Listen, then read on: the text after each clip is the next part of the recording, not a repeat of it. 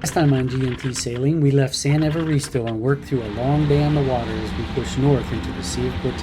Sometimes it is really hard to be a sailor cruising couple. In this episode, cooler heads prevail. We check out Agua Verde and then make a quick hop up to Puerto Escondido. Welcome to GNT Sailing. If you're new here, I'm Gretchen and this is Tim. We've spent the last 2 years refitting Felicita, our Catalina 42, and have finally launched our sailing dream.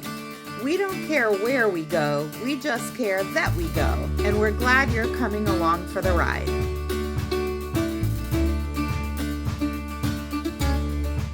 Tips for cruising in Mexico. Don't leave home without screens. So we have mesh panels for our enclosure, and then we have screens for all of our hatches and port lights. And get one of these handy dandy Zap It fly swatters. They're really awesome. So we're in Agua Verde and it's lovely, and there are a lot of little black bugs flying all around. So once we put the screens up, they're still getting through a little bit, but it's not quite as bad. Yeah, I kind of think I like the north winds without the bugs and a little colder. It's hot. I take back everything I said about the cold. We're going to be here for a couple of days.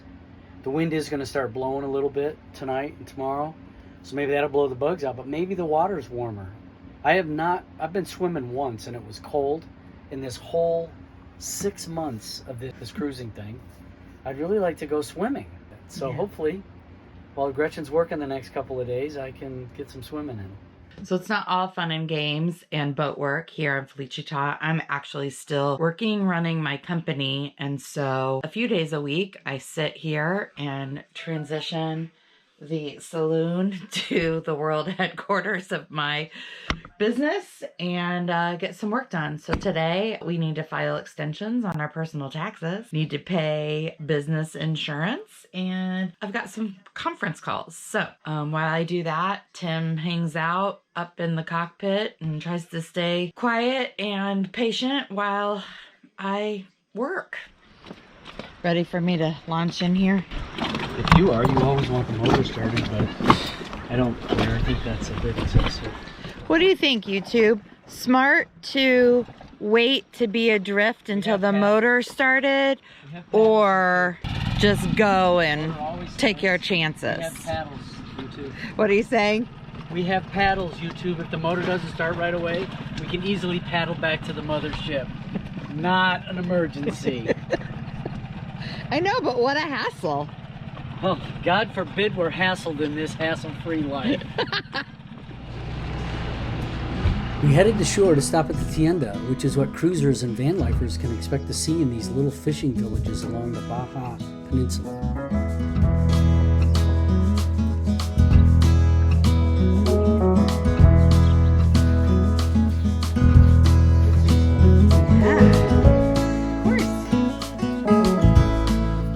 Then we stopped for a cerveza at one of the 2 local palapas. Beef tacos. It's an impressive little menu. Brisa del Mar. This also gave us a chance to watch some of the van lifers roll in. It was fun to compare notes with the campers exploring the Baja by land, as we stopped at several places that accommodate both sailors and campers. Then we took a spin around this spacious anchorage. It became clear quickly why this place is called Agua Verde, green water.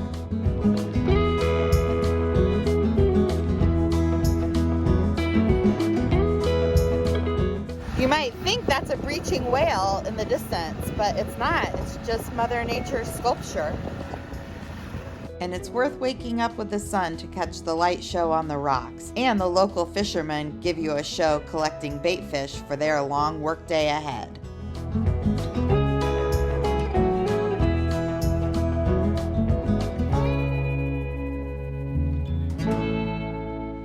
And while we enjoyed our time at Agua Verde, it was time to head north to Puerto Escondido, and that gave us a chance to check out the cool rock on our way out of the anchorage. Puerto Escondido is a unique anchorage in that it's a natural hurricane hole. That means it's a great place to find protection from wind that might be coming from any direction. It's surrounded almost completely by hilly land, and while there are places to anchor, we opted to pick up a mooring ball so that we could use the dinghy dock. It's funny when you pull into a new place because you don't really know exactly where you're going. So we know we're going to shore, we're going to look for the dinghy dock, but there's always sort of this level of getting the lay of the land. But at least in the Sea of Cortez, there are always fellow cruisers that are happy to share information. So we just picked up a mooring ball in Escondido and we are headed to the dinghy dock to find out where we can do laundry. So it's the big question, where is the dinghy dock?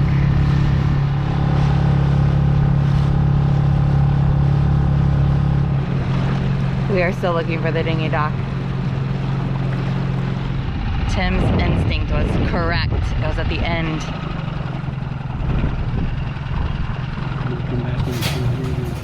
The laundry facilities in Puerto Escondido are fantastic.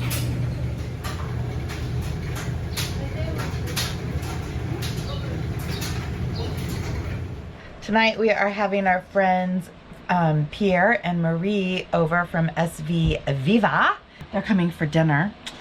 So they are bringing some ceviche made from the fish that they caught yesterday. And Tim, what are you working on? Making a garbage salad and chicken persillade. Yes. Which is a little intimidating because They're French. they're French. So, French Canadian, but French. It's kind of good. We had some veg we needed to use up. I don't know. Okay, so 1731. out there in YouTube land, have you ever had the experience, like, do you remember when you were a little kid and you're having a birthday party or friends coming over, or maybe you were in your single life and like a date was coming to pick you up and you get that little like anticipation and you kind of clean up your house a little bit and like, and then you don't want to look too thirsty when the friends come over, so you're like, where should I be? Should I be in the cockpit? Should I be down below? We don't want to look too desperate for friends.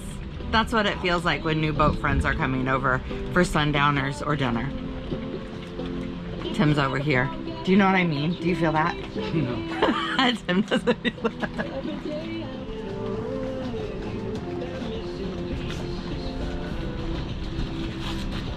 Hello!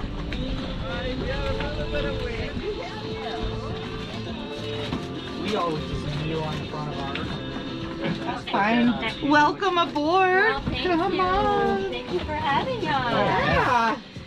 Oh yeah. How are you? Good to see you. It's cool. It's not like Did you by chance, are you the one who put my laundry in the dryer? It was not me, 'cause I was Okay. like, so welcome. nice enclosure, nice cockpit. Yes, I love. Quick note from future Gretchen. We must have done a good job not appearing too thirsty because Pierre and Marie ended up stopping at our house in Wisconsin on their way to Quebec after we all left Mexico for hurricane season.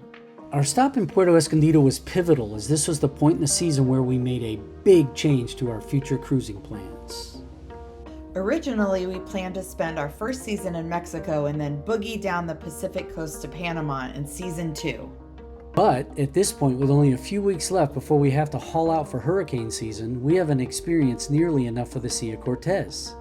So when we launch season 2 in November, we're going to do one more season in Mexico before heading south.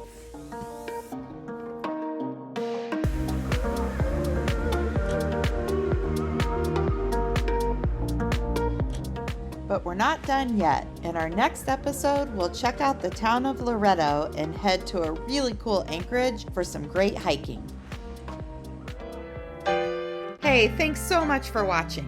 Be sure to subscribe so you catch all the episodes of our first season cruising in Mexico. And head over to Instagram for real-time updates. Check out our tracker and more details about our cruising life at gntsailing.com. We'll catch you next time. Mexico is Sexico!